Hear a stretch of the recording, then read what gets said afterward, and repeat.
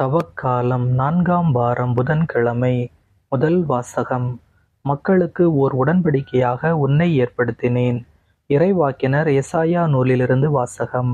49ஆம் அதிகாரம் 8 முதல் 15 முடியவுள்ள இறை வார்த்தைகள். ஆண்டவர் கூறியது: தகுந்த வேளையில் நான் உமக்கு பதிலளித்தேன். விடுதலை நாளில் உமக்கு துணையாய் இருந்தேன். நாட்டை மீண்டும் நிலைநாட்டவும் பாழடைந்து கிடக்கும் உரிமைச் சொத்துக்களை உடைமையாக்கவும் நான் உம்மை பாதுகாத்து மக்களுக்கு ஓர் உடன்படிக்கையாக ஏற்படுத்தினேன். சிறைப்பட்டோரிடம் புறப்படுங்கள் என்றும் இருளில் இருப்போரிடம் வெளிப்படுங்கள் என்றும் சொல்வீர்கள். பாதையில் அவர்களுக்கு மேய்ச்சல் கிடைக்கும். வறண்ட குன்றுகள் அனைத்திலும் பசும் புல்வெளிகளை காண்பர். அவர்கள் பசி அடையார், தாகமுறார். வெப்பக்காற்றோ வெயிலோ அவர்களை வாட்டுவதில்லை. ஏனெனில் அவர்கள் மேல் கருணை காட்டுபவர் அவர்களை நடத்திச் செல்வார். அவர் அவர்களை நீரூற்றுகள் அருகே வழிநடத்துவார். என் மலைகள் அனைத்தையும் வழியாக அமைப்பேன். என் நெடுஞ்சாலைகள் உயர்த்தப்படும். இதோ இவர்கள் தொலையிலிருந்து வருவார்கள். சிலர் வடக்கிலிருந்தும் சிலர் மேற்கிலிருந்தும் சிலர் சீனிம் நாட்டிலிருந்தும் வருவார்கள். வானங்களே, மகிழ்ந்து பாடுங்கள். மண்ணுலகே, களிகூறு. மலைகளை அக்களித்து ஆர்ப்பரியுங்கள். ஆண்டவர் தம் மக்களுக்கு ஆறுதல் அளித்துள்ளார். சிறுமையுற்ற தம் மக்கள் மீது இரக்கம் காட்டியுள்ளார். சீயோனே, ஆண்டவர் என்னை கை நெகிழ்ந்து விட்டார். என் தலைவர் என்னை மறந்து விட்டார் என்கிறாள். பால் குடிக்கும் தன் மகவை தாய் மறப்பாளோ? கருத்தாங்கினவள் தன் பிள்ளை மீது இரக்கம் காட்டாதிருப்பாளோ? இவர்கள் மறந்திடினும் நான் உன்னை மறக்கவே மாட்டேன். ஆண்டவரின் அருள்வாக்கு. இறைவனுக்கு நன்றி. பதிலுரை பாடல் பல்லவி. ஆண்டவர் இரக்கமும் கனிவும் உடையவர். ஆண்டவர் இரக்கமும் கனிவும் உடையவர். ஆண்டவர் இரக்கமும் கனிவும் உடையவர். எளிதில் சினம் கொள்ளாதவர். பேரன்பு கொண்டவர். ஆண்டவர் எல்லாருக்கும் நன்மை செய்பவர். தாம் உண்டாக்கிய அனைத்தின் மீதும் இரக்கம் காட்டுபவர். பல்லவி. ஆண்டவர் இரக்கமும் கனிவும் உடையவர். ஆண்டவர் தம் வாக்குகள் அனைத்திலும் உண்மையானவர். தம் செயல்கள் அனைத்திலும் தூய்மையானவர். தடுக்கி விழும் யாவரையும் ஆண்டவர் தாங்குகின்றார். தாழ்த்தப்பட்ட யாவரையும் தூக்கி விடுகின்றார். பல்லவி. ஆண்டவர் இரக்கமும் கனிவும் உடையவர். ஆண்டவர் தாம் செய்யும் அனைத்திலும் நீதியுடையவர்.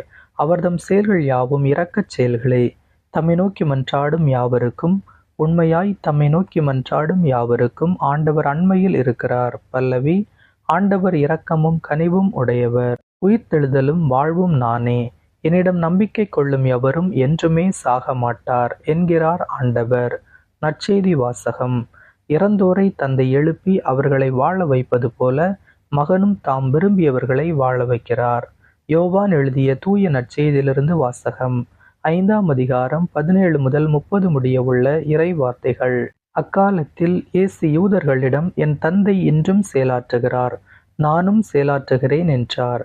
இவ்வாறு அவர் ஓய்வு நாள் சட்டத்தை மீறியதோடு நில்லாமல் கடவுளை தம் சொந்த தந்தை என்று கூறி தம்மையே கடவுளுக்கு இணையாக்கியதால் யூதர்கள் அவரை கொல்ல இன்னும் மிகுந்த முயற்சி செய்தார்கள். இயேசு அவர்களை பார்த்து கூறியது: மகன் தாமாக எதையும் செய்ய இயலாது. தந்தையிடம் தாம் காணும் செயல்களையே செய்ய இயலும். தந்தை செய்பவற்றை மகனும் அவ்வாறே செய்கிறார் என நான் உறுதியாக உங்களுக்கு சொல்கிறேன். தந்தை மகன் மேல் அன்பு கொண்டு தாம் செய்யும் அனைத்தையும் அவருக்கு காட்டுகிறார். இவற்றை விட பெரிய செயல்களையும் அவருக்கு காட்டுவார். நீங்களும் வியப்புறுவீர்கள். தந்தை இறந்தோரை எழுப்பி அவர்களை வாழ வைப்பது போல மகனும் தாம் விரும்பியவர்களை வாழ வைக்கிறார். தந்தை யாருக்கும் தீர்ப்பளிப்பதில்லை. தமக்கு எல்லாரும் மதிப்பு கொடுப்பது போல மகனுக்கும் மதிப்பு கொடுக்க வேண்டுமென தீர்ப்பு அளிக்கும் அதிகாரம் முழுவதையும் அவர் மகனுக்கு அளித்துள்ளார். மகனை மதியாதவர் அவரை அனுப்பிய தந்தையையும் மதிப்பது இல்லை. என் வார்த்தையை கேட்டு என்னை அனுப்பியவரை நம்புவோர் நிலைவாழ்வை கொண்டுள்ளனர். அவர்கள் தண்டனை தீர்ப்புக்கு உள்ளாக மாட்டார்கள். ஏற்கனவே சாவை கடந்து வாழ்வுக்கு வந்துவிட்டார்கள் என உறுதியாக உங்களுக்கு சொல்கிறேன். காலம் வருகிறது, ஏன் வந்தே விட்டது. அப்போது இறைமகனின் குரலை இறந்தோர் கேட்பர். அதை கேட்போர் வாழ்வர் என உறுதியாக உங்களுக்கு சொல்கிறேன். தந்தை தாம் வாழ்வின் ஊற்றாய் இருப்பது போல மகனும் வாழ்வின் ஊற்றாய் இருக்குமாறு செய்துள்ளார். அவர் மானிட மகனாய் இருப்பதால் தீர்ப்பு வழங்கும் அதிகாரத்தையும் தந்தை அவருக்கு அளித்துள்ளார். இது பற்றி நீங்கள் வியப்புற வேண்டாம். காலம் வருகிறது, அப்போது கல்லறைகளில் உள்ளோர் அனைவரும் அவரது குரலை கேட்டு வெளியே வருவர். நல்லன செய்தோர் வாழ்வு பெற உயிர்த்தெழுவர். தீயன செய்தோர் தண்டனை தீர்ப்பு பெற உயிர்த்தெழுவர். நானாக எதுவும் செய்ய இயலாது. தந்தை சொற்படியே நான் தீர்ப்பிடுகிறேன். நான் அளிக்கும் தீர்ப்பு நீதியானது. ஏனெனில் என் விருப்பத்தை நாடாமல் என்னை அனுப்பியவரின் விருப்பத்தையே நாடுகிறேன். ஆண்டவரின் அருள்வாக்கு. கிறிஸ்துவே உமக்கு புகழ். இன்றைய சிந்தனை. என் விருப்பமல்ல, இறை விருப்பமே. பாபிலோனிய அடிமைத்தனத்திலிருந்து இறைவன் இஸ்ரேலுக்கு அளிக்கவிருக்கும் விடுதலை பற்றி கூறுகிறது இன்றைய முதல் வாசகம். இன்றைய நற்செய்தியில் இயேசு இறை தந்தைக்கும் தமக்கும் உள்ள உறவு. இன்று சுதந்திரம் என்ற பெயரில் ஒரு சிலர் தம் விருப்பம் போல் வாழவே விரும்புகிறார்கள். கடவுளுடைய விருப்பத்தை புறந்தள்ளி செயல்பட்டு தீமையை தேடிக் கொள்கிறார்கள். தம் விருப்பத்தை நாடாமல் தம் தந்தையின் விருப்பத்தையே இறுதி வரை நாடி செயல்பட்டதால் இயேசு பட்ட பாடுகள், சந்தித்த எதிர்ப்புகள், நிந்தை, அவமானங்கள் ஏராளம்.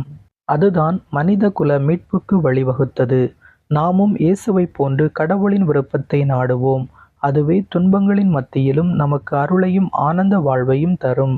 இயேசுவுக்கே புகழ். இயேசுவுக்கே நன்றி.